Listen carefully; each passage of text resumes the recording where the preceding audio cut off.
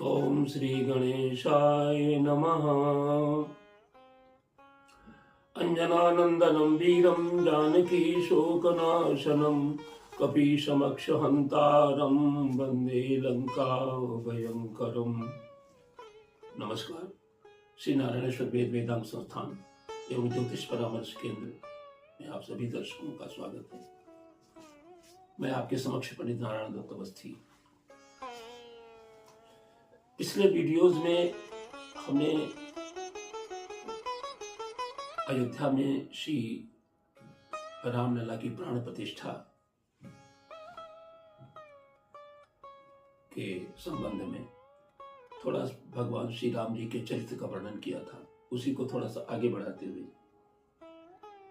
मर्यादा पुरुषोत्तम भगवान श्री राम ने अपनी मर्यादा का पालन किया और उसी कारण से गोस्वामी जी महाराज तुलसीदास जी के द्वारा विरचित श्री रामचरितमानस आज घर घर में पूजित होती है और मनोवांछित फल प्रदान करती है।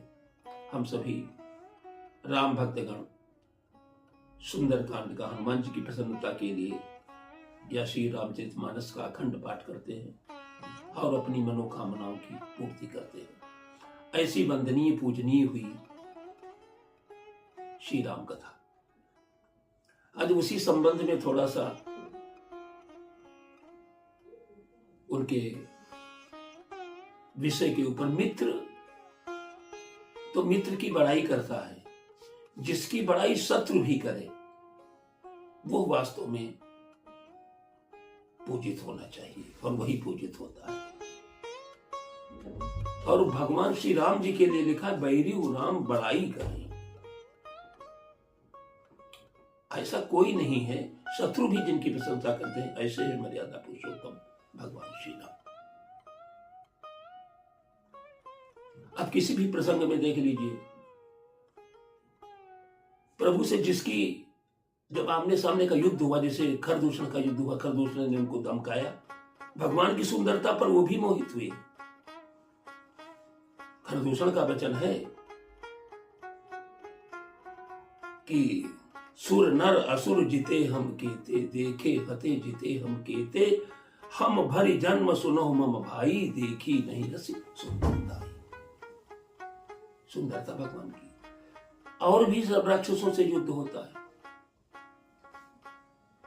तो रावण पर भी वो युद्ध में भी मर्यादा का पालन करते हैं। अपने अर्जुन अनुज लक्ष्मण को ब्रह्मास्त्र चलाने के लिए रोकते हैं कि मर्यादा के विरुद्ध है।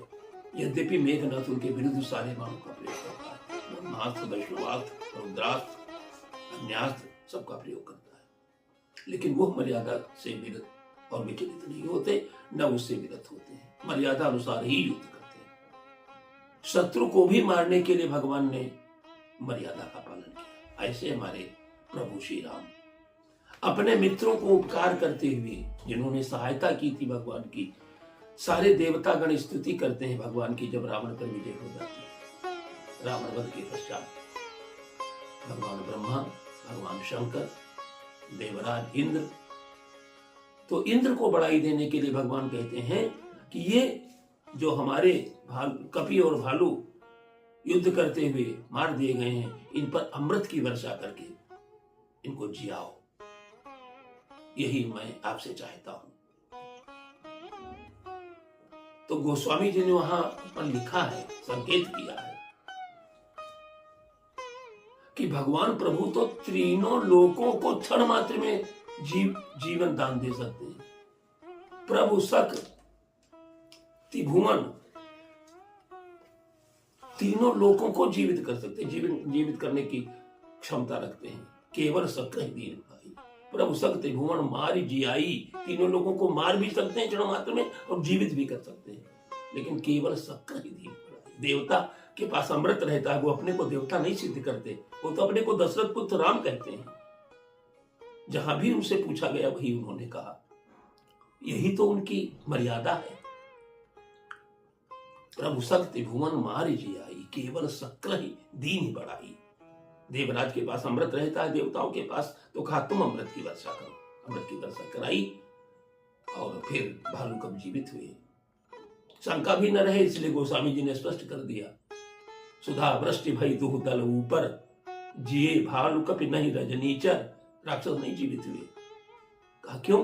किसी ने पूछा तो गोस्वामी जी ने कहा, रामाकार भय तिनके मन। उन्होंने तो देह बंधन को छोड़ दिया। रामाकार में जो राम के उसमें समाहित हो जाए उसको फिर जीवित होने का कोई, जैसे बाली ने कहा था कि जीवित कर दूं, बाली से कहा भगवान राम ने, तो उन्होंने कहा नहीं, मैं जीवित रहना नहीं चाहता। आप सामने हो जिसका नाम लेने से जन्म जन्म मुनि जतन कर रही, अंतराम कही आवत नाही। तो प्रभु को जिन्होंने पहचाना उन्होंने संकेत किया।